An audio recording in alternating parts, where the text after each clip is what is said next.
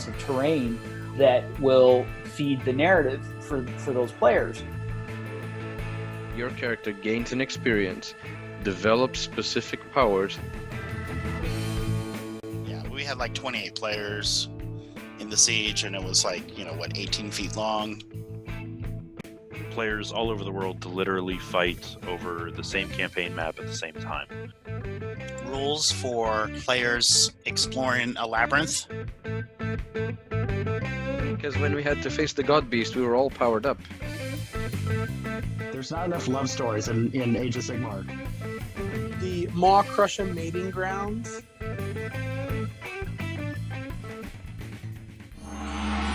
Welcome to the filthy Casual NEON Podcast. My name's edition. Aaron, and with me tonight is Nuno. How you doing, Nuno? Hi, Aaron. Hi, folks. In this podcast, we talk about playing in and running narrative events for Age of Sigmar, where to find them, how to play them, and how to run them yourself. The NEON is a decentralized community of gamers and event organizers who come together to compare notes, collaborate on projects, share ideas, and recruit people to play more narrative games. We have a website and a Facebook group, and we're active on Twitter. Yep. Go to wearetheneon.com and check out the menu there. We've got a variety of helpful articles on running events, and again, like those event packs. Send us feedback, send us submissions, send us upcoming events that you want to share with the world. Yep, we'll put them on the blog. We'll put them on the blog. We'll talk about them in the podcast. That's what it's for. So first of all, we would like to address something that is happening right now in the world and that we feel strongly about.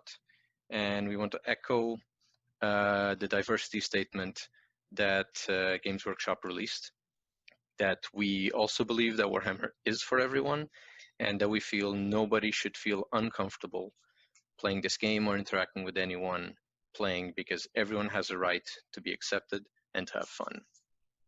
When we write our event packs, to be very clear about the expectations. Everyone's welcome. We are not going to tolerate any kind of behavior that you would not exhibit in the workplace. And I think that's important. More than ever, we are seeing a lot of new people joining geek hobbies. And I think it's plain now for everyone to see people that maybe they weren't considered part of what was built up as the stereotype. And that's something we need to embrace. I've heard people say, well, Warhammer is the kind of experience that appeals to white males. But I don't think that's the case necessarily. I think we're limiting ourselves if we really believe that. That's actually becoming very obvious among the D&D community. There's geeks of all kinds, shapes, sizes, skin color, ethnicity, religion, gender identity, because let's just say, as people who may have been the target of scorn and discrimination for wanting to play with toy soldiers, people who are involved in geek culture should know better than anyone how it feels to be discriminated. And I think it's in our hands to be supportive and to be a better community, and to make sure that some things don't take place, and the buck has to stop somewhere. And this could be a warning, this could be saying that's not cool, this could be, let me take you aside and let me tell you a few things. And I think some things are unacceptable, and if people change their mind, we'll have them back. If people behave, we'll have them back. I believe in that. But if they don't, then we need to protect the people that are trying to have fun. Something that we've put in our pack, in our narrative pack for years now, is we ask that you consider your opponent's fun as important as your own. Mm-hmm. And also making sure that once people come, they feel comfortable. and they don't feel, like they need to adapt, like they need to force themselves to belong to anything and having to tolerate anything. Yeah, and I think that's the way to start any kind of growth of any community. Whether people can change, and they have changed. Yes, I'm more than just a gamer. Gaming is part of who I am, but I'm more than that too. So nobody should have to feel discriminated against or uncomfortable in an event that they pay money to attend on their free time. You should just be having fun and not feeling that you have to prove anything to anyone. Yeah. As organizers, is also, we are in a position to promote that sort of thing because we get to interact with a lot of people from, let's say, it's kind of like a position of power, but it's not. Right. And I think if you can reach as many people as possible and try to reach out, change minds, it's a positive force in the world. Because all of us have the power to do that. Well, and that's what else is cooler than someone who really compliments you on something, or who really enjoys a game with you? How good does that feel? This person that you don't know from anywhere, and they really engage with you and make you feel welcome. That's the best. That's the best. Yeah, that's the best. So this is an episode we've been working on for a while. We've had some great interviews in recent months, and our interns were on restrictive duty, but recently they've managed to pull together some great slides. And under our new producers and under Nuno's supervision, I think we've got a great show for today. This is the Realms at War show, finally. The Realms at War episodes that we've been wanting to cover for ages. And thankfully, we now have the material ready. We mean years, it feels like, yes. Yeah, but so when the first Realms at War was 4 years ago? 5. 2016. Yeah, man. If we don't count the Invitational. A while ago. Exactly. Yes. So this was one of the Realms at War is one of the seminal big narrative events around the world. Is one of the big events, and that you may have heard about. And if you haven't, well, this is the show for you. Welcome. We're going to try to kind of give a full summary of Realms at War from a high 40,000 foot perspective, so to speak. Although neither of us has actually attended, we have followed closely over the years.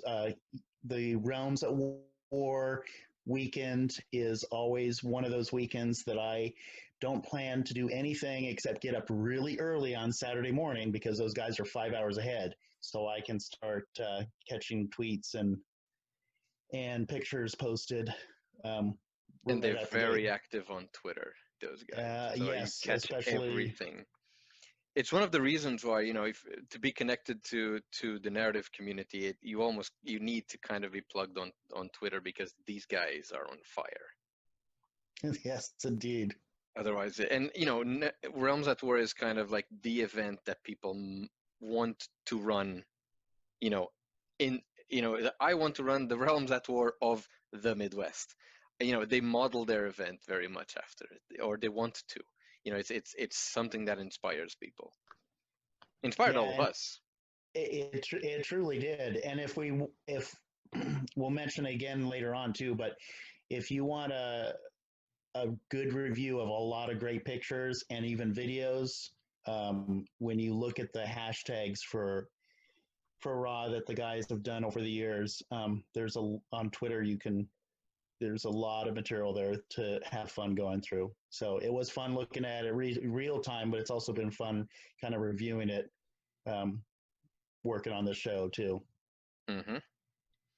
Right. So right now our situation is, where for those of us that are following us in the future, this is COVID lockdown. So I haven't touched dice and wargaming mat in months. Aaron, you haven't touched them in years. It's been. When was the last time you have played a game? Well, yeah, for me, I had an event that was scheduled the first week of April, the Food Cry event that was going to be largely fundraising for local food bank and Feeding America organization, and that canceled about the time that things were getting busy. Yeah, it was a real pity because it was exactly at the worst time. But Yeah, it's postponed. yeah, Should launch it properly when the lockdown lifts off. And yeah, I think is definitely a cause to run an event on. What else? I mean, Adepticon was canceled all the way back in March, and we were having Paul Wagner running the Gibbering Dome. Yeah, and Another narrative that happened event. really fast because it was a matter of there was 1 week where there were some people talking about how they were going to cancel or decide not to go for a variety of reasons, and then it was like a couple days later, it's like officially canceled. And yeah, it was such a pity because I mean they have everything ready to go. I guess next year. It was so close. It was so close to the actual event. Like what they canceled like 2 weeks before, 3 weeks. Yeah. It wasn't. So it wasn't. They would be ready to go, and of all things, the dwellers below who had been running tournaments this whole time were going to run their first narrative event, Between Worlds. And I was so excited about that. I was so excited to see them when they made that announcement where they're like, "We're going to do a narrative event this year." It was like, yes. Not just a narrative event. They literally, their rules pack. Not only were you supposed to bring a Titan of War, which is like some huge model conversion, they were telling us, we want you to design the rules of the Warscroll of this thing, and then just run it by us, this is the most insane thing you could ask players. Because how are you going to, this is full-on rules design collaboration. And they were actually said, if you want to break some of the Allegiance army construction rules, you can just get in touch with us. If you have a narrative reason to break them, come and talk to us. So they were even allowing that. This is like narrative level at a stratospheric level of narrative.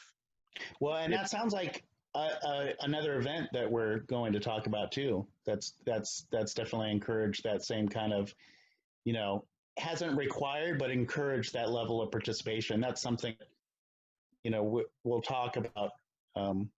That narrative events don't mean that you have to come, fully in costume and with a display board and a novel, but there's certainly that. Don't spoil our episode. I wonder, do most people that could be watching this know that these things actually even happen in narrative events? That you can come in a costume, you can write a novel. Right? Well, if they didn't know it before, they know it now. Yeah. All right. Keep watching. That's true. We also had, during, the Adepticon at Home run that the AOS coach organized for the community, we had Raw Team Steve Foote, Master of Creation Extraordinaire, run a narrative table design live for people, where people just essentially guided his design process. I felt sorry for him because people were all over the place as well. So he tried. I'm going to try to cram all the suggestions into this table.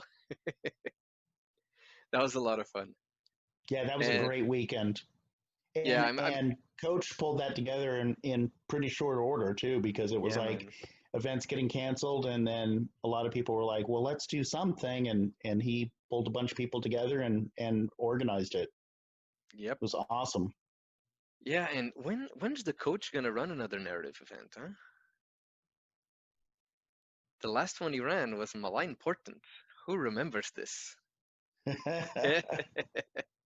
That was when I first met Coach, when we ran the global event for Malign Portents. We need to convince him to run it again. Yeah, that was like just two years ago. It was like St. Patrick's Day weekend. Yeah, I really want, because he now organizes big events. He could get all those people playing narrative for sure. All right, let's talk some Realms at War. What? So I was not fully aware of Realms at War when AOS was first starting during the first couple of years. I had heard the name, but for some reason I had never realized, never connected that it was a narrative event. Like you were involved in this. You were in touch with the community.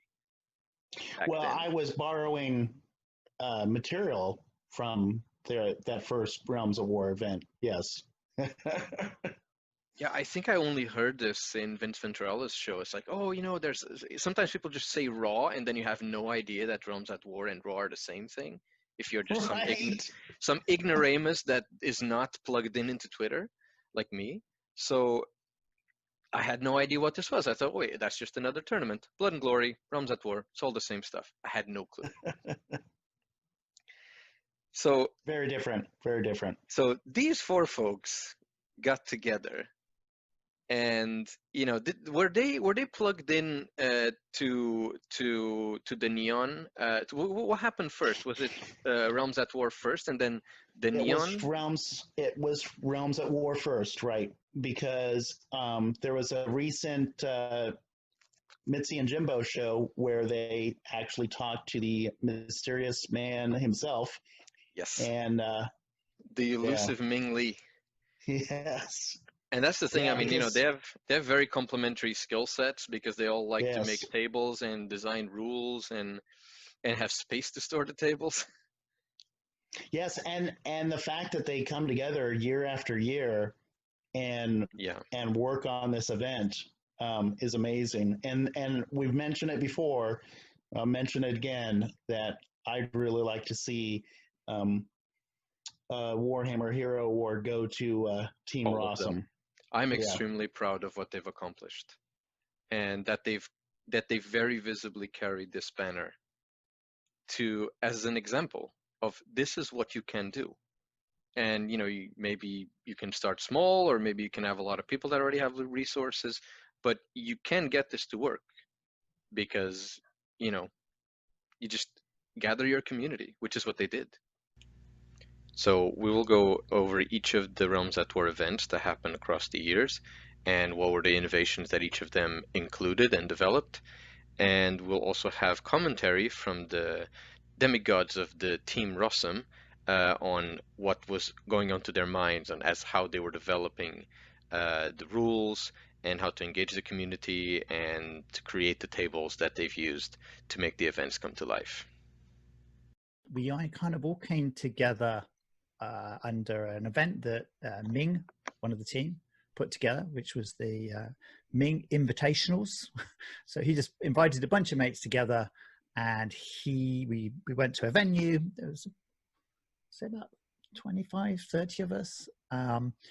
He custom wrote battle plans for everybody, knowing their armies. I mean, it nearly broke him, but it was an amazing event, and I got to bump into people that I'd probably not met before, because at the time we were still in 8th edition, and it was pretty big. If you went to South Coast, it was 200 players, and it's kind of hard to kind of get to know everybody, and you kind of all went in your groups. It was so for us, that was that beautiful spot where Ming invited all of the narrative players, or the players that did beautiful armies, or the ones that did over the top display boards, and just said, come and have this great time together. And that's where the four of us kind of properly met. And it was after that we kind of said, we could do one with, just us. And it was like, well, what do we do? How would you describe Raw, Mitzy? Well, I would absolutely entirely describe Raw as a weekend of in-depth, total immersion in the Warhammer world. Wow, that sounds pretty epic. I'm in. Well, yeah, I suppose if you break it down into what Games Workshop would say, there are 3 ways to play. We consider ourselves Neos, and therefore narrative event organisers. And yeah, this Raw is a narrative event. we wanted to try and bring that to the tabletop, didn't we? And we created a few rules and did things a little differently to a traditional match play event.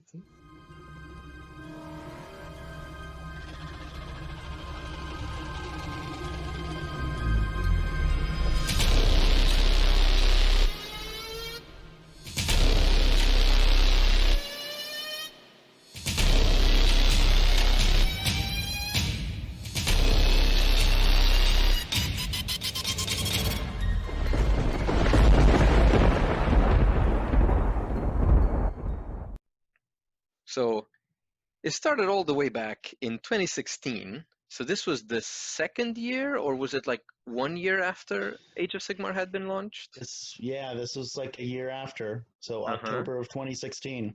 No points. And or did it already had points?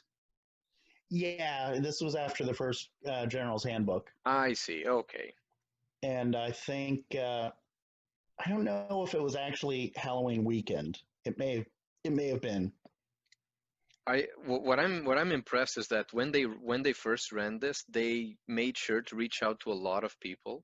Mm-hmm. Some of them already involved in narrative. So Tyler Mangle had released his Endless Deserts Tomb King custom battle tome. The Eric Stone Monk and the rest of the Mortal Realms crew, they were already wanting to do narrative stuff, I think. And they were all involved in this, and it was great to see. I didn't see it at the time. It just wasn't loud enough. And I wish I had known about this earlier. But I think it paid off because the amount of sponsorship and help they had from the community to create these amazing tables in their first narrative event. So one of the main things we did is we pushed our tables together. So we had lines of 4 tables in a row, 4 6x4 tables, and we called that a realm. And we didn't have sideboard edges, so players could start on one 6x4 table, but they could then move across to the next one, couldn't they? It was part of the same area of a realm. Yeah, absolutely. There was no defined battlefield. It was one sprawling landscape that the 8 players in the realm effectively were playing within. And we actually then allow players to move between different realms through those realm gates. Oh, yes. Absolutely. So players can then pick up their models and then move it to a completely different table. Admittedly, if you came from a match play event, this would cause some consternation because it just doesn't happen at all. Yeah, but we absolutely. but we really wanted to create the realms as being an actual place because, coming from 8th Ed Warhammer Fantasy Battle, there's pretty flat tables with a couple of little bits. There wasn't much height to it, so we really wanted to make the actual tables do something, to be part of the game itself, and they'd actually bring their own rules in. So we have them extremely terrain heavy and also multi-level, don't we? Yes, yeah, absolutely. And we took, we've said it before, and we'll always continue to say it, and we should plug the man for inspiring us. But yeah, we very much looked at what Steve Herner was doing at the end of, throughout 8th edition with his events, Holy Havoc and Holy Wars, and his tables from across the pond in little old UK always looked incredible to play on. And we took him as essentially our, if we were going to go dialing up to 11, we needed someone who started at a 10, and Steve was that person. So yeah, that multi-level, completely wild, random, and interesting tabletops that weren't just a cornfield or a meadow that happened to have a tree in each corner and maybe a hill somewhere. So each table would then have its own special set of rules for pretty much everything was on it. It actually got a bit complicated, to be fair. We worked out afterwards. That also allowed us to really create the theme of a realm, to really encourage players to think, to make it actually feel like players are actually in there and in that specific realm, rather than just getting some artifacts and just getting a couple of different vague kind of rules for their models to actually use. Yep, it's just pure madness. Yes, and then jumping around and using realm gates to jump into other tables. Yeah. It was so good. And so it was essentially, and like Nova Grand Narrative and Holy War and Holy Havoc, they also had a custom general war scroll. The premise behind it was that each of the players would bring a model representing effectively themselves, but a hero level model. So not a named character. No named characters are ever allowed at Raw, by the way. So no named character. Just it could be a unit champion, could be a whatever, but it was a single miniature. Man-sized or Orc-sized or Grot-sized or whatever size you happen to be in your faction. And then they also had to bring with them a legendary version of that model. So you can tell the direction that this was going in. They started the weekend with their average-sized human Orc Grot elf model. And during the course of day one and the battles that ensued and the games that they played, that character essentially rose through the ranks to become slightly better and slightly upgraded, or slightly worse if you happen to roll badly on the tables. But with the hope and the aspiration that ultimately they would become a legendary leader. Yeah, it was pretty cool because not everyone upgraded to become a legend at the same time. It did depend on what you rolled and how events unfolded through your games. We have to make sure we actually have quite a lot of games, because if you have too few games, so typically in an event you'd have 5 to 6 games, wouldn't you? But if you have that many, there's not enough times to roll on the table to actually upgrade in different ways. So we had to actually start off with quite small games, and we did an escalation style. So I think we ended up with like 6 games on the first day. So people got a lot of rolls on the upgrade chart for their aspirant. So that was quite interesting. Yeah, and this was so good as far as your modeling opportunities, because you could do anything. Yep. I mean, it's such a great idea, as we discussed in our previous Champion Warscroll episode. Everyone starts doing this. It's including the role play elements into your narrative war games of Age of Sigmar. I'm noticing that it actually doesn't have the keyword of your army. Oh, but this was before allegiance abilities in full, right? Yeah, this was all the way back then. Yeah, 2016. Yeah, we didn't have all those fancy allegiance abilities. None of that. Nope. No, this was, I think, is kind of like not just the champion was and the advancement of the champion was a huge innovation, but a trading outpost. You could spend your fame to essentially buy stuff, like items, mounts. Buy a mount during the event, including a monster. Yeah. And like trinkets and magical artifacts. Like, some of them were just like narrative effects. They didn't even tell you what you were supposed to do with them. So good. And I think this set the expectations. It will come in handy later. Yes. Exactly. And I think this sets the expectations is kind of, this is all the crazy things you can do in a narrative event. It sets the tone. And I think the people who started attending, like, they attend almost every year. Yeah. And there's some players that's about the only event that they attend every year, or all year. That's the only thing that'll make me move my ass is narrative events. Other than the local tournament, if I go with a friend of mine, it's just narrative events. I don't move for anything else. But the quality of their tables was amazing. They had an Endless Deserts table modeled after Tyler Mengel's Endless Deserts from the Custom Battle Tome. They have this town of Mitzmanheim, which I suppose is a table from Mitzy that will feature later in the stories. And the next year they wanted to go bigger. Oh yeah, and they pretty much started playing in this as soon as that first Raw was done. I mean, they had such great feedback. That was, I think that was the Forge, was 2016, that event, and they never looked back.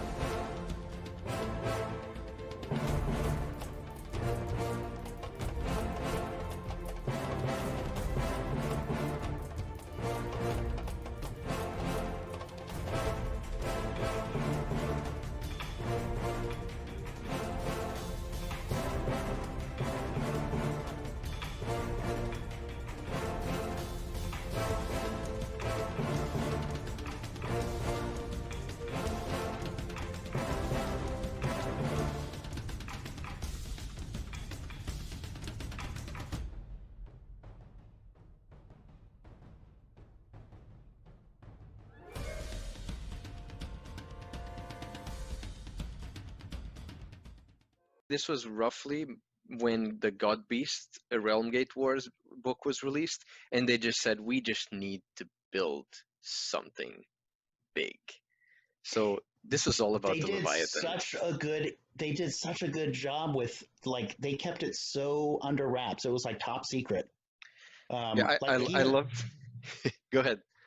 No, even I was like begging to see pictures and stuff, and it was good that they didn't share anything with me because I'm not good at keeping secrets. But no, it was a big. Everybody knew they were working on something, but nobody really knew what, because they had kind of a really simple promotional effort going on, but there wasn't a lot of work in progress pictures or a lot of blog updates or anything like that. It was worth it though. It was, here's the pack and start building your army, and we'll see you in a few months. I mean, the fact that I think here they already started scaling back the amount of how big your army was, because they wanted, I think, people to concentrate on playing the narrative, so that you didn't have like a full big tournament army. So the whole PDF of the rules pack was just made like a movie script, the big monster movie, and they had to bring a hunter model and a Leviathan model. So they had to bring some sort of big custom monster and a custom hunter of monsters. So the premise behind this one was slightly different. So every player got to bring their own little trainer guy, and they were then training up their Leviathan. So again, this is where your customizable war scroll came in. And depending on what happened in the games and what your trainer managed to do to your Leviathan, in fact, actually the first thing they had to do was go and capture one. They didn't start off with them; they had to go and find one. And not everyone did that in their first game, so it was interesting. So it was specifically a request for kit bashed, or mostly kit bashed, I suppose. And people, people went all out. With stories for their. This developed through the event too, where they had the hunter actually had to hunt and capture the monster and then train it, and then they had some monster on monster fighting, and then they used the monster got scaled up, and so they've got people can use this. People can use this if they want to use custom monsters in their events. Here it is. Go steal it from their pack. It's right here. And also, the two hunters, like the tamer, which enchants the monster, which is a wizard, and the trapper, which is a proper hunter. And they're all anti-monster heroes. Right, and there was even the trapper could set traps on the table, and there was a lot of cool rules. This was before all the realm rules for Gur and Akshi. It's none of that. You had battle plans that had monsters. Yeah. And that was it. Maybe you have a few time of war rules that represented each of the realms. And people just went. This is when you start realizing that people go to Realms at War and they crank out the most ridiculous, over-the-top hobby skills, super conversions, super themed armies. And they do this every year they go. It's amazing. You have here the giants that literally they hunt another giant, which is their Leviathan. Mm-hmm. It's just amazing. It's so good. And then they have the Leviathan Arena. And we actually had a big game on the Saturday night where players used their Leviathans in face-offs, in pit fighting, effectively, which was great fun. Thinking back and talking about it now, it does very much sound like a game of Pokemon, where you have the trainer going and collecting and capturing his Pokemon, and then training him up and taking him to an arena to fight on the Saturday night. yeah, it does somewhat, doesn't it? Yeah, this is when they were actually having Leviathans fight each other with a different. It was a mini game that they developed and play tested and rolled out, and you can kind of see that they've got the players would actually play cards to do actions, and it was kind of had a secret aspect to it, so you didn't really know what card your opponent was playing, and they interacted with each other. Yeah, you had to kind of try to predict what the opponent was Yes. going to do. So good. I have never played this. I should play this. This seems so cool. No, You should just steal fun. this for Nova. Tell this to Tucker. Tell Tucker to use this. And you know they've gathered like a crowd, a really dedicated crowd. You know, they have like a huge setup. They're very organized. Ming keeps them organized. And this is where you start seeing that people. It was Halloween, right? People start dressing up to attend Raw, and it starts becoming obvious that this is something they like to do. Yeah. It's so good. So they start having awards for best costume because people They do. their army. And I think that's a thing in England that's been, because I think didn't South Coast GT also have a best costume award? I have no idea. I don't follow match play, my friend. I don't know what you're talking about. Yeah. Well, I know Steve Foote has won some best costume awards. You're the man that is plugged into the community that knows everyone. Well, yeah, but also my memory is not the most accurate resource. I mean, we're digging like 4 years into the past. Yeah. Well, and then like the KO, think about that had recently come out earlier that year. Exactly. I mean, yeah, a lot of the things that we now consider completely normal and like, you know, just it's the status quo it was still evolving at this point. People were still uncertain of what was going to be. The mortal realms were still very ill-defined at this point. People were just making everything up. Like what the locations were, like how do you really interact with realm gates in this story? Like how does this work?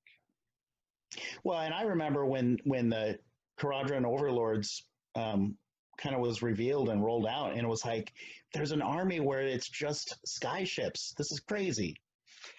Oh yeah, it was crazy back then. Exactly. Yes. Exactly.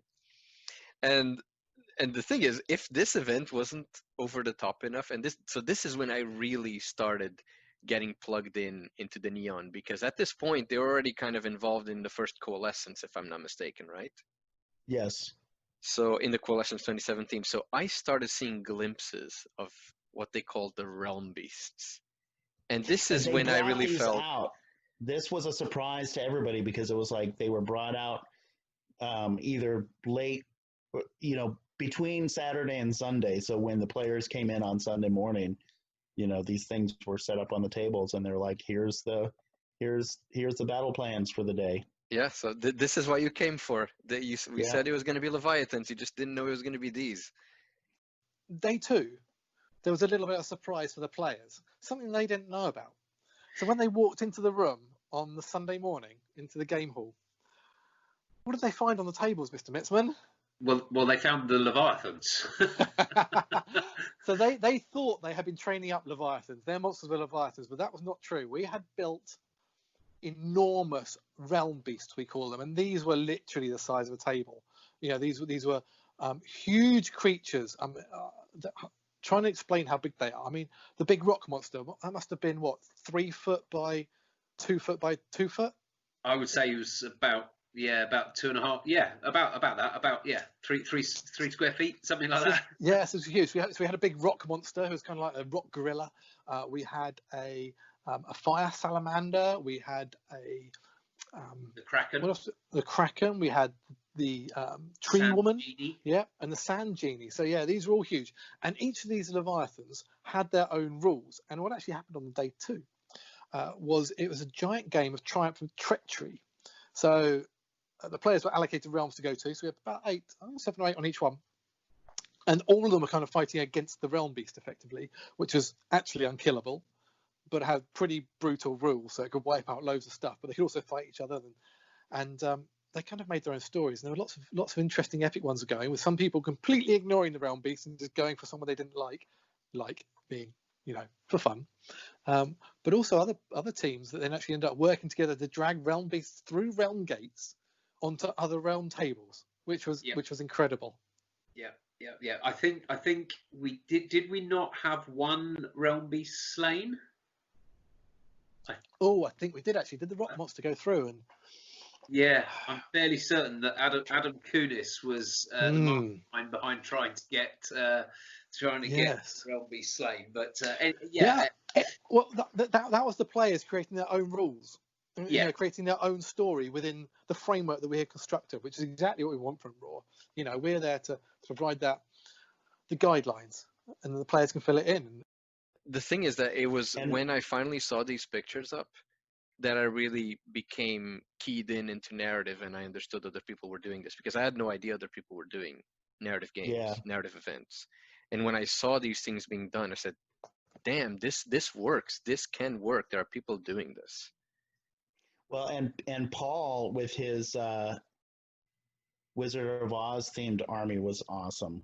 I was actually he came in costume for that and everything. Yeah, so good. I mean, you know, this to me set a standard. I think it was the Realm Beast that to me set a standard. You can do anything in a narrative event. He's like, set your narrative and fulfill it, and players will jump onto it, because if you do it over the top and compelling, people will join. You know, nothing is an experience like this where you get to fight on top of monsters like these. Well, and one of the monsters even had a realm gate in its mouth. I mean, there was all kinds of crazy stuff going on. So good. I don't know. I think we need more big monsters. I say we need more big monsters. And now we start approaching a bit more of like the present.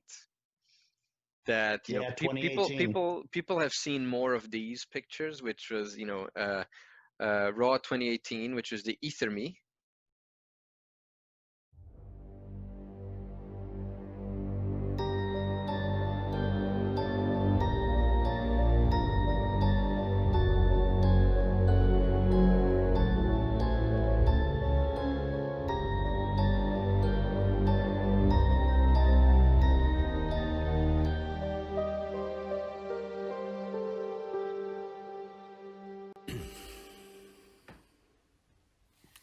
Do you understand Aether? No, you don't. That's because no resident of the mortal realms truly comprehends the erratic and fantastical nature of this substance. Sometimes highly reactive, sometimes totally inert, although most of the time the former is true. It is considered bizarre and incredibly dangerous by most. However, as always, there are those who wish to try to understand and utilize Aether to their advantage, and these individuals are known as Aethermists. A brave, bold, and frankly suicidal creature who embarks upon the study of Aether does not fear death, for they consider that the rewards outweigh the risks many-fold. Typically, the lifespan of a newly qualified Aethermist is extremely short. The rarest of profession in the mortal realms is that of a Master Aethermist. Considered oracles amongst their kindred, they will have survived one whole day of experimenting the mixing of Aether with another component. The only word that causes hysterical terror to an Aethermist is potatification. But hey, as we said earlier, the rewards are worth the risks, aren't they? To qualify as an Aethermist, one only has to state that they want to study Aether, ask someone else about Aether, or just look in the general direction of Aether. It's probably the easiest qualification anyone can ever receive. It will almost certainly be the last. Yeah, a whole new card mechanic, game mechanic that was on top of Age of Sigmar, and then they produced these, gorgeous deck of playing cards. And And every player that showed up got a deck that they used during the games. It was amazing production quality. Yeah. So everyone had. The idea is that there's this new discipline, which is not alchemy, it's Aethermy.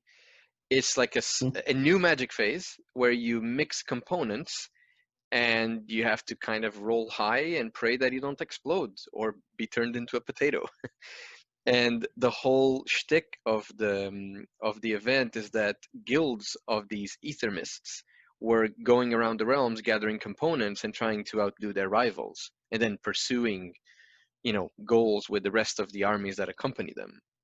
So once again, we have the custom Warscrolls for the Aethermist with all their special rules, and a lot of the rules interact with the brewing of the Aethermy compounds, and people get to make their own Aethermist, and it just keeps getting cranked up to 11, the quality of the hobby that they make. Where they had like an orc mixing components together, all sorts of crazy scientists. And then each of them had an ether lab, which was essentially, it's almost like a terrain piece, like a mobile unit, where they give bonuses to the brewing.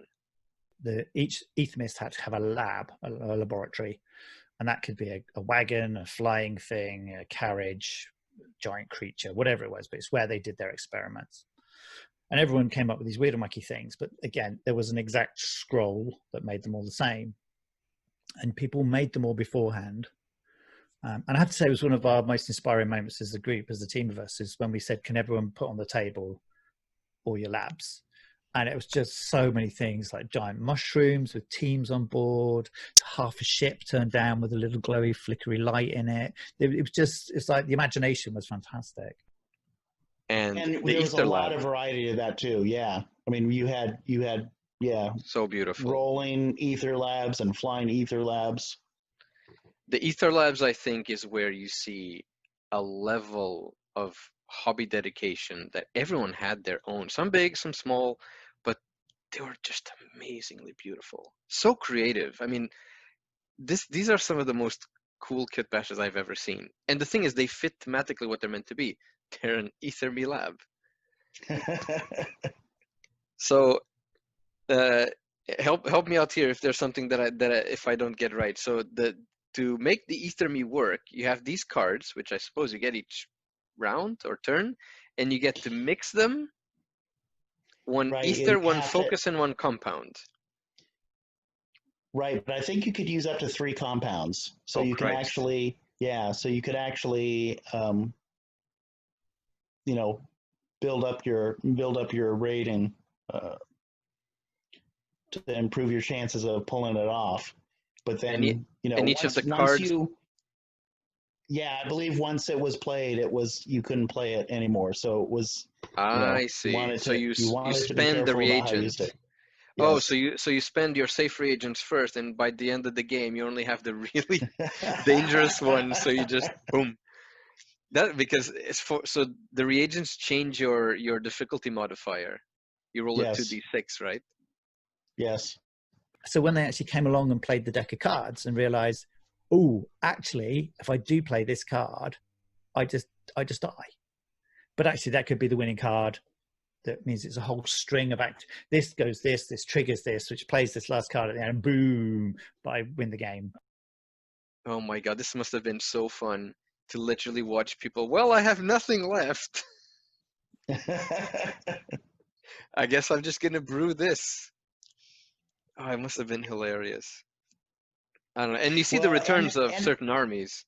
Yeah, and every year they definitely have. Realms at War has such a fun theme, and like they don't take their narrative, at a level of seriousness that you have to show up and be, your army lore has to fit into, realm lore. I mean, it was really like kind of anything goes. And that's one thing that I've always been inspired by those guys and the events, because they just kind of acknowledge the kind of sandbox of the mortal realms. And, if you want to come up with a giant with an ether lab on its back, go for it. And work your narrative around that. And we're not gonna tell you you're wrong or it doesn't fit the canon. Yeah, the theme is more important than the story that is going on internally to the event. Yeah. Yeah. Although, I mean, that has been slightly different from year to year, but yeah, you're right. It allows more sandbox. It's just got that atmosphere of fun loving. Yeah, I totally agree. Because you get really to create your own things. Because you almost don't need to create a story, because when you have all your ether mists literally vying for power and collecting reagents, going around the tables, that is the story in itself. Like, you actually let the players tell the story. And which was very much helped by the fact that this is where what is now, to me at least, has become very popular. The long string of Mortal Realms news satire really started, I think. Because Aethermy used a deck of cards that had abilities on, and we'd used sort of players' names and characters' names as naming some of the deck, we could kind of foreshadow those by mentioning them in some of the articles, or mentioning how things work, how dangerous Aethermy was, that people get blown up and disappear and puff of smoke. Where each of the players had a sort of like a news piece done for them that was essentially commenting on their army and like things that their Ether Mist has done, a la style of the Hammerhall Herald. And this, has come to shape Realms at War in future iterations. And I hope many to come, because news has become a thing, as we're going to see in next year's, in the Raw that we're going to talk next. And, and the costumes. I mean, people took it yet to another level, and Alexander Nygaard, traveled from Norway to attend Raw, and Chuck Moore traveled from the US to attend Raw as well, and said, "I will dress as a daughter of Cain." So we've mentioned this in the previous episode. This has become a legendary costume that Chuck has wore. And I think this really exemplifies. It's not mandatory, right? It's a bit of silliness, a little bit of light fun that you can do, and it just gets everyone in the mood to just embrace just playing for fun, because embracing the theme of your army, embracing the theme of the story, and just being silly, and then having drinks with your mates, it's just fun. Yeah. And this is another idea to steal: doing custom awards. Just take something that is slightly unusual and cheap, that is somehow remotely connected to your event, and just make a trophy out of that. I need to steal these ideas, because this is also more fun to make than just buying something off the shelf that may be more expensive. And it's something that is unique. Nobody else will have that. Yeah, and that's really inspired me to come up with some less usual awards at events, other than just a $10 trophy with a plaque on it that from the trophy store. I mean, this was really creative, and all of those tags are really fun too. Yes. Mm-hmm. And this was where the debut of author Daniel Somervell started. It was the story that his army went through at Realms at War 2018. The lost royal family of Erinost, which were Wanderer Elves. They were essentially out of power and were trying to use Aethermy to find a way to regain their lost homeland. That was the story. So this is what some of our players do. This is an actual book for their army, based on events that have actually happened to their army. Wow. And he played with other players. He fought against Gargants and their Aethermist, which was like a farmer that controlled the Gargants, and he allied with Chuck Moore's Teyrati cult, Daughters of Cain, and he then wrote a novel. It's very good. I really like his writing style. He doesn't spend too much time on things. He introduces the character. He gets the action moving. He writes really well. So it's not the story of Raw. It's a story of Raw, of the experience that his army went through during the Aethermy Wars, so to speak. And it's really nice to see how they interact with the realms. It's fully in the lore. Yeah, and he may have been the first to show up to an event and just hand out a copy of his novel to each of his opponents. No, it's awesome. And and the thing is, him doing this, going out of his way to do this, helps all of us. This is a very interconnected hobby, especially when you play in narrative.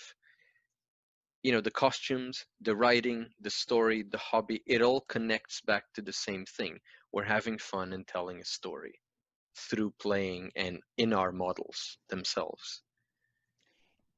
And with the environment being open to any level of participation, I mean, certainly a novel wasn't required to be written, and yes. I don't even think the Rossum team expected this. No, not at all. But it's it's just amazing that somebody says, here's my idea, I'm going to run with it.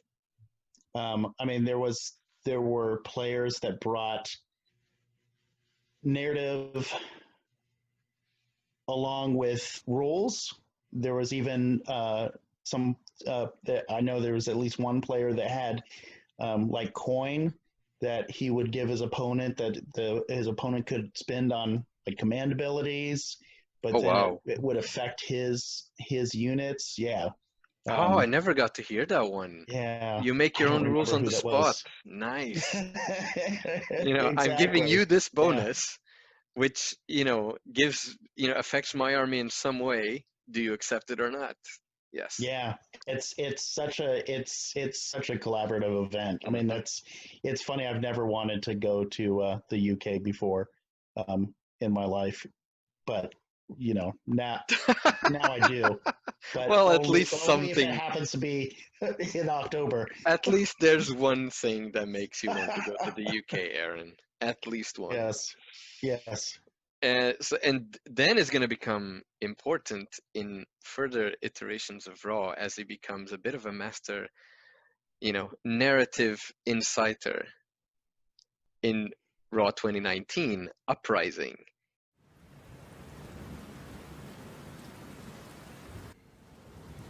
The Assembly of Alliances, a gathering of representatives from all of the races, where the general political structure of the mortal realms is mutually agreed. This is no realm-wide peace talk, but in every 5 realmic cycles, it is the only chance for parley and trade negotiation in relative safety.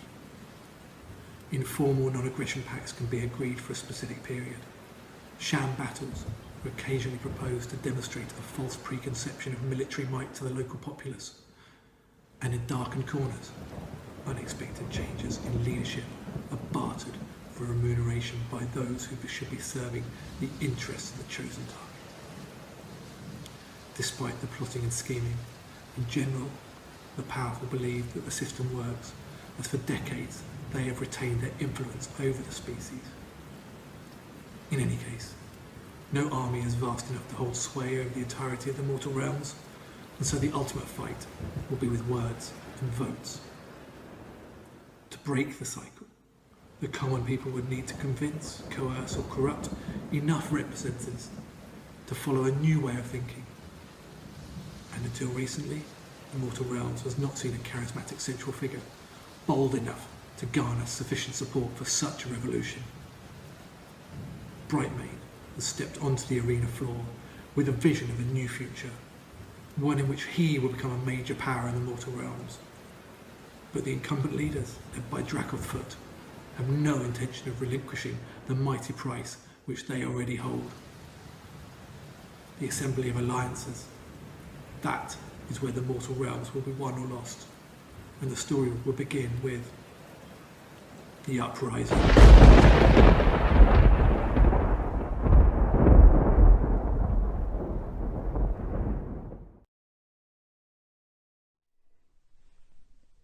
Welcome, fellow folk and creatures of the realms. We are living in the golden age of commerce and trade. The barracks have come down from the clouds to be part of this growing economic market. But I hear you say, I am but a simple farmer. How does that matter to me?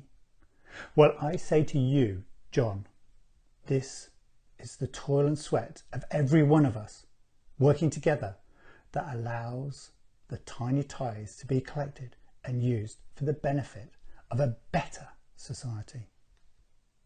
What does Brightmane and his hooligans offer you? Looting, pillaging, they may give you some extra coin, but are we fleeting when the trade routes have become too dangerous to travel? I, Dracothfoot, can assure you we will continue to grow our interests, keep tithes low, build more candle factories, create more floating markets, vote insignist, and trade safe.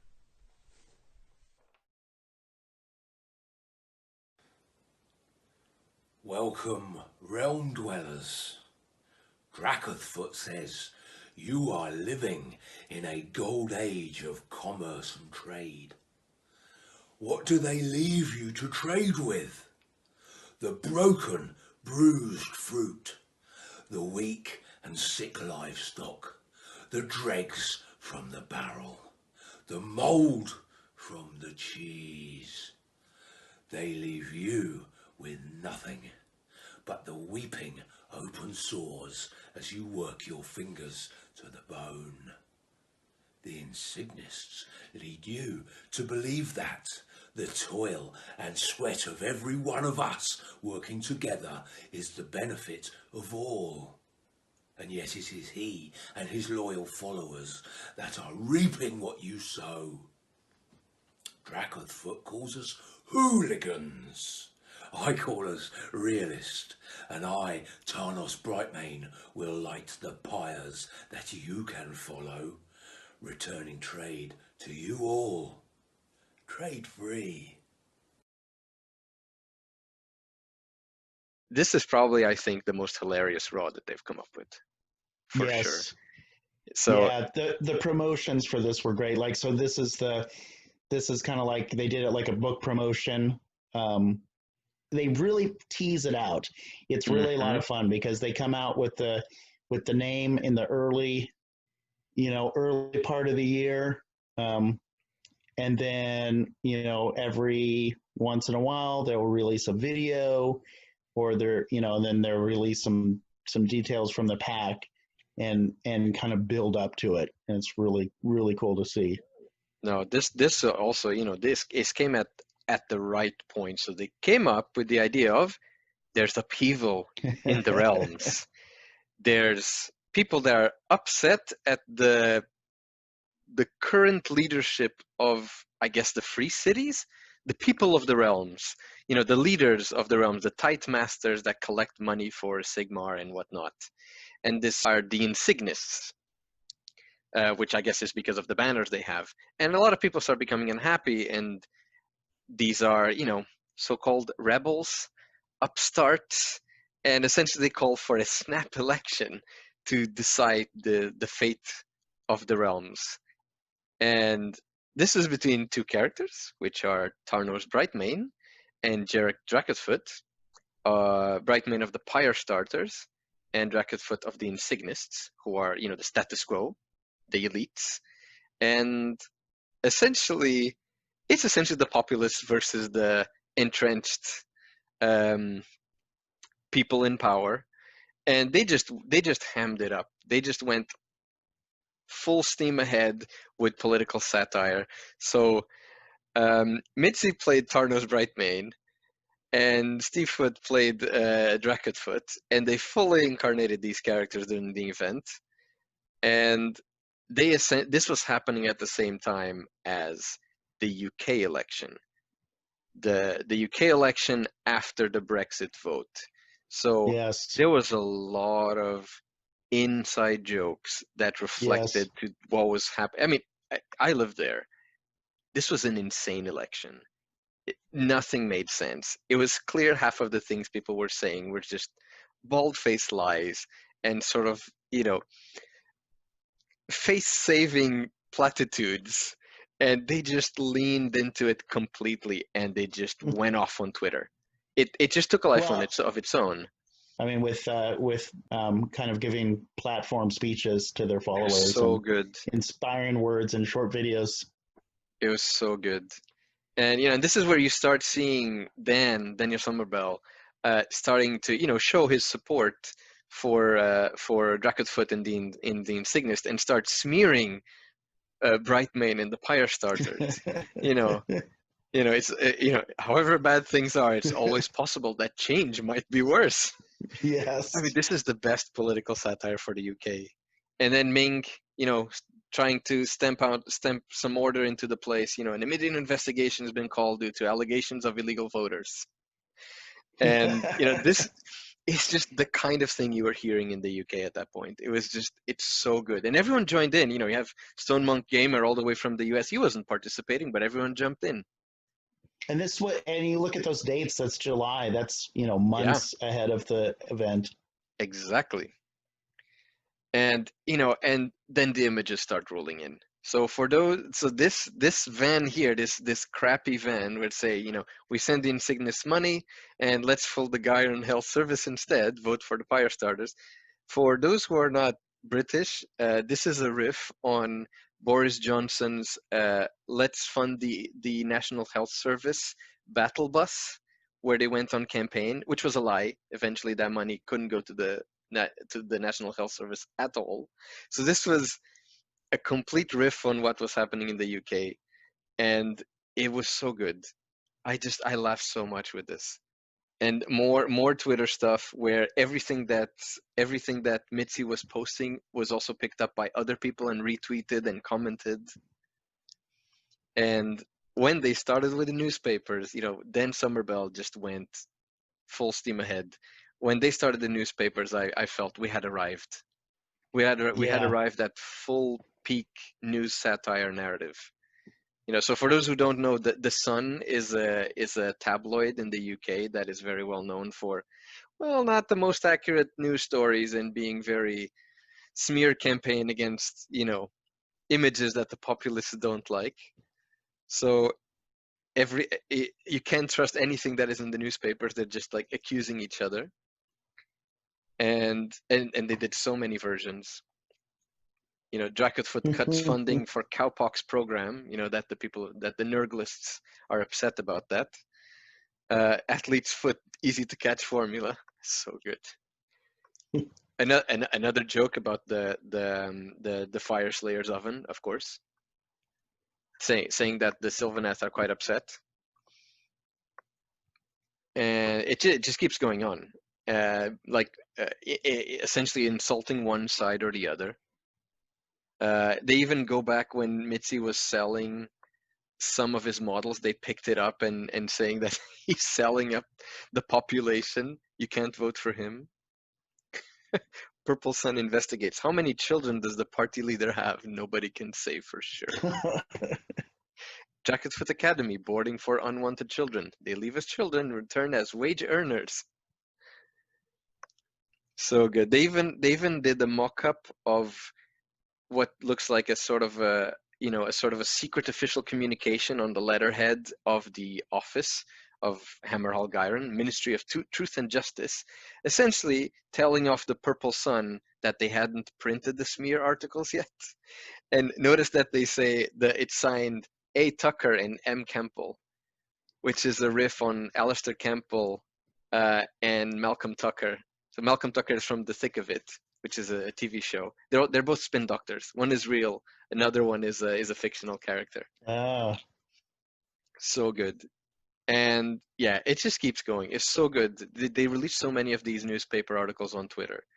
You know, God bless the Hammerhalt Herald for giving us all that satire. So if you guys want to find more details about how Uprising went, you guys should go and listen to the Mitzy and Jimbo show. They have an episode specifically dedicated covering how they organized it, how did the battle plans went, how the people responded. It's really, really good. Yeah, we're just gonna have a bit of an overview of kind of like we as narrative organizers feel were kind of like the innovations. So I want to use this, the Regiment of Renown, which is 100 points, a unit of 100 points, any models you want from the same Grand Alliance. Each model saves on their own save and their own wounds. They're attacked separately, but they're considered part of the same unit. So you can make all sorts of odd model combinations, but all thematically linked. That people really went balls to the wall with this. It was so good. All the teams they put together. They even did one that was the Guardians of the Galaxy. It was so cool. I really want to use this rule. And you know, their tables keep, you know, they keep making more and more tables, or sort of like reusing or repurposing the tables they have. And you know, the quality of the hobby that people bring to this, it's a narrative event and it's just amazing. You know, some of the tables you start recognizing because they're getting familiar, but they just like repurpose it for, you know, they put some banners up of, you know, vote Dracothfoot, vote Brightmane. And there's that giant doom wheel. Yep. Yeah. I mean, now that has to make an appearance everywhere. There were secondary objectives on the table, which were money and food. And what happens was the faction leaders could say, we really need to make sure we don't starve, because if your faction didn't get the most food in the last game, at the beginning of each turn, you rolled dice for each unit, and on a 1, you took a mortal wound because you were starving. So then that meant that you might say, we definitely don't want to starve, because that could be the difference between a hero last hit point and suddenly they fall over because they starve to death. So you go and get the food. We can't be bottom on food. Whereas I was playing Dracothfoot, who was obviously very much about mercantile and money and making sure everyone paid the money. And I never, ever told anyone in my faction to go after food. I said, get the money. We want the money. How many people starved to death? We did it a couple of times. People were then doing their own thing, which is fine. I can't make them. But it was things like, you know, just don't feed your kids so much. It'll be fine. And when we win this, there'll be huge rebates. You can buy all the food you like. So you can, and you know, it's just fun. But again, I think it's just that idea of bringing people with you with it, and then by having these slightly eccentric characters, you can just then play to their strengths. Hello and welcome to 419. It has started. The Pyre Starters have started the uprising. They're attacking the Insignis outposts. Behind me, you can see Gur. You can see the Realm of Life. You can see a realm gate between them, just about there-ish somewhere. It's all kicking off. Something's going to happen which will be pretty big later on. We're going to be speaking to that man, Mr. Tarnos Brightmane. He's got some ideas and they're pretty scary. It's going to be fun. See you later. Welcome, folks and creatures of the realms. I, Dracothfoot, address you now during this time of conflict and uprising in our realms. I can truly say that my people are fighting strong, repelling the invaders, impelling these rebels, and we will prevail. But we still need your help at home. We still need your vote to make sure these brigands, these hollow promised nobodies, do not get into power. They have no idea how government works. They have no idea the complexities of making sure tithes are collected and distributed in the correct way. So please, ensure you vote Insignis. Stay safe. Welcome, Realm Dwellers, to the final round at Realms at War 2019. It has been a hard-fought day. We started the day slightly hungry because we had not managed to gather enough food to sustain our bellies. Armies cannot march on an empty stomach after all. Anyway, we went into Game 5, at which point we needed to win the game and to convince the local population to allow us to take one of them to the House of Representatives. We did very well. Our Firestarter brethren managed to win 8 representatives to take forward into Game 6. The Insignists have 10 representatives. And the final battle round 6, has to see those representatives guided off of the table safely. They need to be protected. They need to be led off of the table, and so that we can hold this historic election, and so that I, Tarnos Brightmane, can truly be crowned Lord and Protector of all of the realms. I will update you later even, as to how this has progressed. Send the Firestarters your votes. Send them your best wishes on Twitter, and pray for us. We will overcome the Insignis rule. And the event ended essentially with each army having to escort their representative to the assembly under, armed guard, because otherwise they're going to be ambushed by the opposing team. And it all went to a head with, I believe, the points during the event, and also participation of everyone, all the community on Twitter, voting for which party they thought should win. So it wasn't just their event that decided who was going to win. It was everyone on Twitter.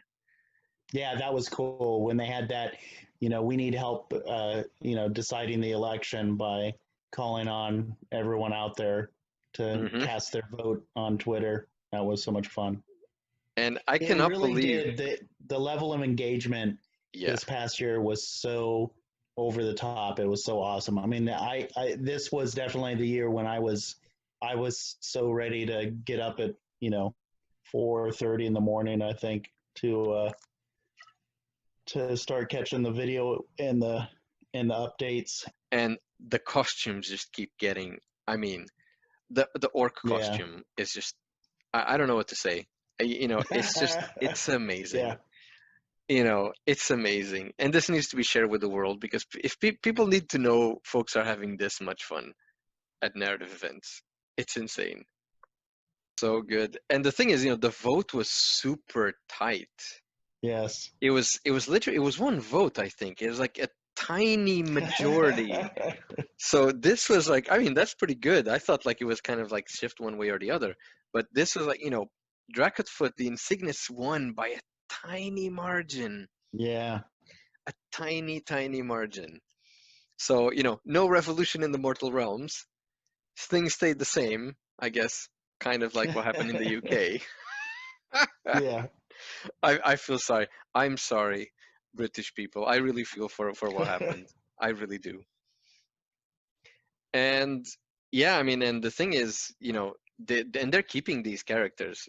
So this was so successful that they were actually invited on Warhammer TV to talk about, how Realms at War went, and how do you organize this sort of stuff, and how do people respond. I guess it helps that you are in the UK and you get to visit Warhammer World once in a while. Don't you think, Aaron? Yeah. I think we need to go down there. We need to go down there. And I could probably make this comparison, like if Warhammer World was like going to Washington DC for me, then that might be feasible. Yeah. So they played a narrative battle plan, which I really like the fact that, this boat that Steve Foote built, it's the last market of Batar, which is a great narrative call for the nation of Batar and its floating armada. No, it's not a floating armada. They're merchant ships. They're not warships. Yeah, it's a floating marketplace. Yes. Like a free market. They don't pay taxes or subject to any laws from any kingdoms. They can just, stay above it all. Yeah, and this is in the lore, so this is essentially a terrain piece that has a story that comes directly from the background lore of Age of Sigmar.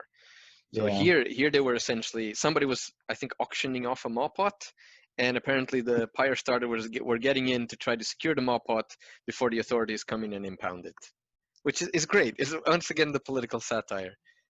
I feel this is the kind of like dark humor that Warhammer has been missing, because the grimdark that Warhammer used to have, it was a grimdark with dark humor.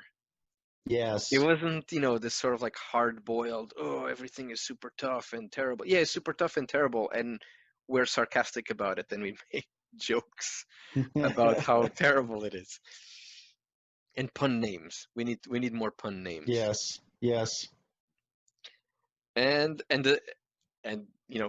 now Realms at War is, thanks to Ricky Smith for popularizing the Cogfort idea. He wasn't the only one, but he was the one who literally made it happen. I'm happy to see that what they want people to build at the next Realms at War is Cogforts. This is a Realms at War 2020 public service announcement. Cogforts are legendary and none currently exist. You are a cogseer and have spent your life researching these ancient constructs. It's time to make legend reality. At Raw 20, each player will bring a custom character, which will be called a Cogseer. The Cogseer will be upgradable and have a bespoke Warscroll. Hey, this is Raw after all. They will be using their warbands, typically of up to 1,500 points in size, to unearth and recover cog parts in order to build their own cog fort during the weekend. Cog parts will be found whilst battling through the games of the event. At the start of the weekend, the Raw crew will provide each player with a base and a frame around which they will build their cog fort. During games, you will be able to locate different cog parts for different purposes, such as armor, traction, weaponry, power, and other magnificent finds. We will supply cog parts for you to add to your cog fort during the weekend. If you like, you may bring your own bespoke cog parts to add to your cog fort in place of those that we provide. You won't, however, just be able to add the 20 cannons that you brought with you. They will have to be substituted for like parts that the Raw team have provided you. More details will follow soon. Thank you for listening to this Team Rawsome announcement. And now, apparently, Tarnos Brightmane and Drakenfoot have left politics, and they've now formed a union of, mechanists and, cogseers and people who are going to dig up parts to build cog forts and, I guess, wage war against each other. Well, I love the fact that they're keeping the characters. I think that's a really important thing, because they're successful. Like, they should just keep them forever. Yeah. Well, and the cog forts, again, they're going to be something that evolves and grows during the course of the event, because the players are going to be digging up components and literally adding it onto their model as the weekend progresses. There's lots of people going, I'm going to build this, I'm going to build that, and build that. And we go, hang on, guys, hang on. The idea with this event is, unlike the Ether Labs, is you're not building something before you come. You're going to build it as you play the game.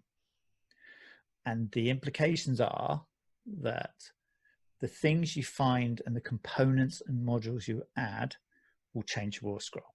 And you don't know which ones you're going to get. So we've refined that slightly in that you will find some random stuff. You will be able to go to your union and do the trading phase with other people in your union.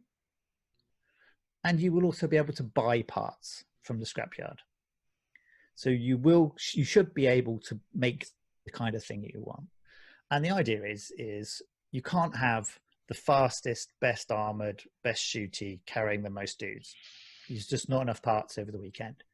So you can have an average one that's got a little bit of everything, or you can have this massive thing full of dudes that's really quick. It's got no guns on it, and it's got a 6-up save.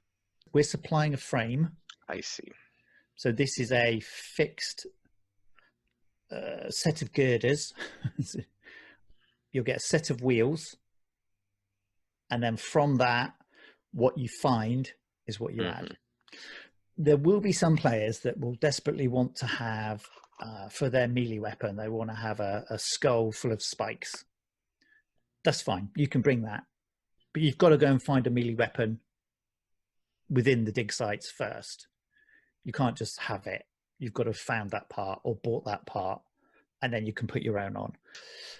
I mean, one of the things we're keen to do is this kind of whole idea that we don't want to curb their imagination. So what could be a piece of planking, somebody puts on the side as a piece of armor, but the other person puts on its flat, and suddenly that's garrisoning more dudes. So, I see. Oh, okay. So I think this is going to be amazing, because I like that the fact that narrative events are doing something which is this, I call them gimmicks, but maybe you could call it something else. We're exploring different ways of how to play the game during an event. This is like live hobby construction with rules. Yes. In the event. So people are going to glue this stuff, and they're going to make up what the thing does on their Cogfort on the spot. This has never been done. This is super crazy. Yes. And you know, our thoughts are, you're in the trading phase, and suddenly you think, oh no, I really want to swap that for that. Well, it'd be like, ting, snap it off, swap it for something else, mark it up on your sheet. And it's like, yes, because I think the other thing is, as much as that's absolutely what's going on, and yes, there's going to be, you know, all these different ways of getting them, but that's not the story. That's the background to the story. So there will be battle plans which are continuing the bigger story. And obviously, you know, we've got unions trying to outdo each other. It's so cool. It is very cool. And this is, I can't say it enough too, that even if going to England for a weekend of gaming is just out of the realm of possibility for you, this is an event that is just so much fun to follow from afar. Yeah, because they do constant updates on Twitter. Yeah, because the thing is, the updates involve a lot of satirical jokes over the story that they've made up, because now everything's political. And you know the backstory of some of the armies, because they've been commenting for like a month or two on the road to Raw, which is what they do on Twitter. Yeah. You know, you can follow all of this. And, you know, and I'm expecting more and more from Dan Summerbell to keep the fires going of stoking up the intrigue on Twitter in the lead up to the event. So unfortunately, the Raw team decided that due to COVID-19, it is best for now to cancel Raw 2020 and postpone the Cogforts for Raw 2021. Yeah, not quite a cancellation, just a long postponement. But yeah, we're all holding on to our Cogforts. Yes, indeed. Bring them out next year. But it's still sad. It's disappointing. It's not, you know, not anything against. I mean, this is out of their control, really. Mm-hmm. But I'm glad to see that the community is being very supportive. I think, you know, it's quite understandable. I mean, we're all in this crazy mess. But, you know, they said that they're holding on to that, and, you know, we're gonna have it next year. Yeah. Maybe this time we can actually attend. Yeah, maybe. We'll find ways of narrativing distance from each other, I'm sure. Yes. And that's it. We now have to kind of wait to see what happens. You know, the Nova Grand narrative, which we still have to figure out for those who have signed up. Something will be done, even if it's remote, right? Right. Well, and part of it is, each region is kind of following slightly different guidelines. So, Nova's in Virginia, and Virginia's got a process it's going through for reopening, and yeah, I mean, this is going to take a while. Possible. Yeah, it's also going to take a while. Hand sanitizer is going to become common at wargaming conventions.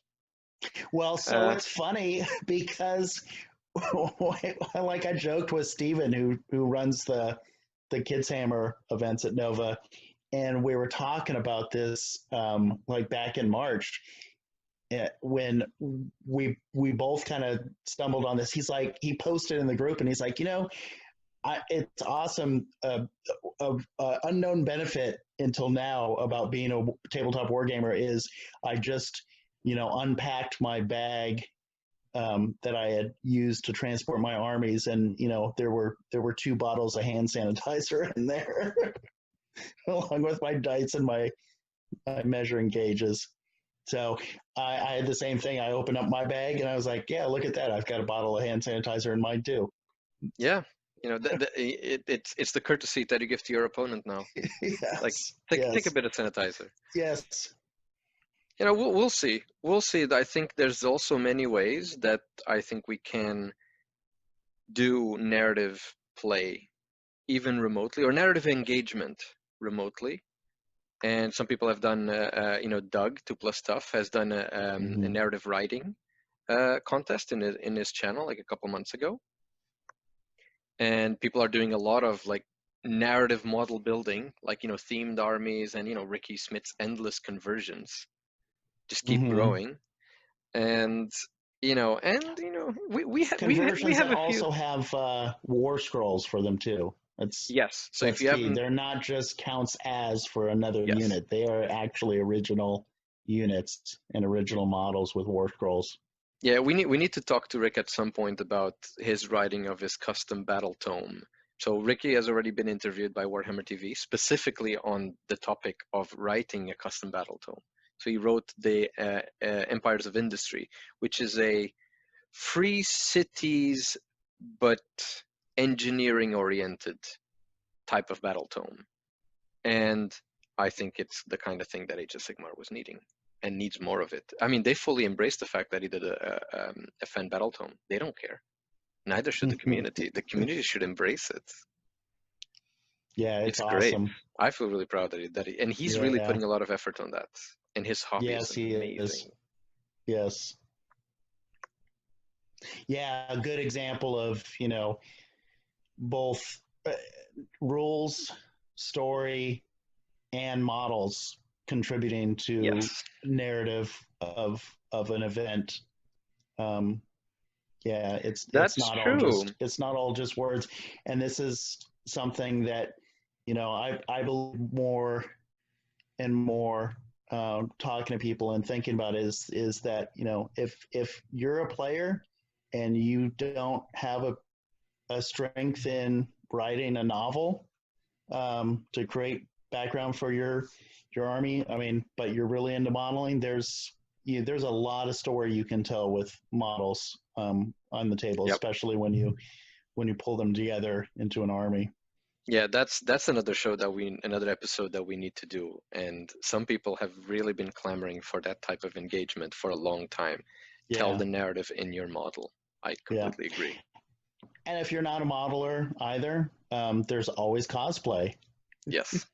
We heavily encourage cosplay. Yes. Because it gets everyone else in the mood. It just needs to grow more. Well, and even just like the hats, so much can happen just with an unusual hat. It doesn't have to be an extensive costume. You just hat, a necklace. You see a KO player with a top hat on, and it just there's the KO player. So just as another example of a narrative that you can do at a distance, we're all playing Soulbound RPG. Yes, it's finally here. I don't know about y'all, but finally here. We're playing Soulbound RPG. and it's great. We're not the only ones. I think it's the background is so good. The book expands actually so well. It's the missing piece. Well, I mean, the whole thing with the not using coinage, but using those files of water that could also in a pinch work as a healing potion is great. I mean, it's fits. So clever. Just drink your money. Yeah. Drink your what's it called? Trade currency? I'm missing the term. It's like you used to give like a pig. A pig is worth 2 hens and that sort of stuff. Right. You know, like a trade item. Right. Yeah, just drink your money. Yeah. It's great. Yeah. It's a great idea. You always have because it's got its own value. Yeah.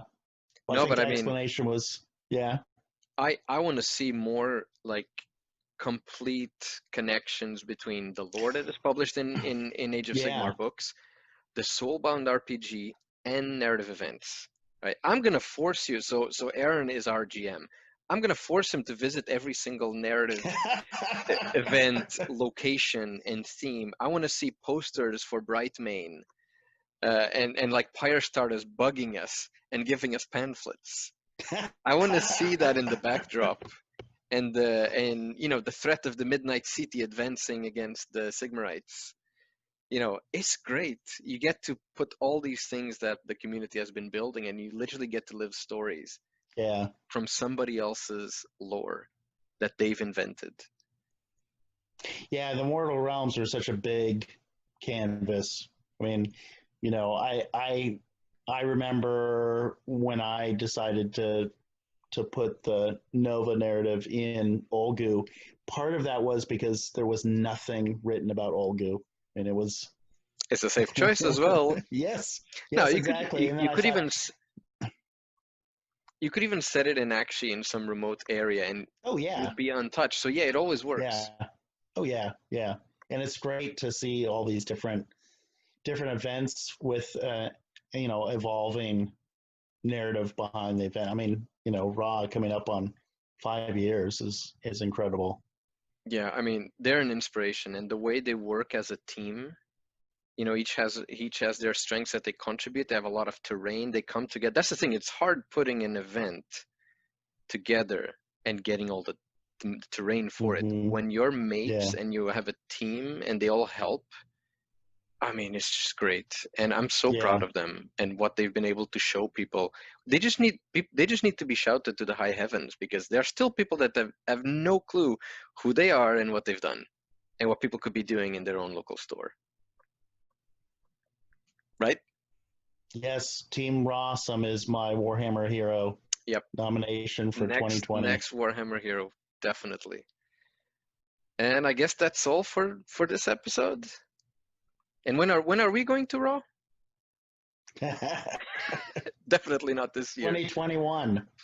I would really love to go. I would too. Yeah. We'll see. I'll have to figure out. That would be great. I think I joked about going last year on a boat. That's not impossible. Like it's not. No, it's not. But I don't know what boat you had in mind, but it's not impossible.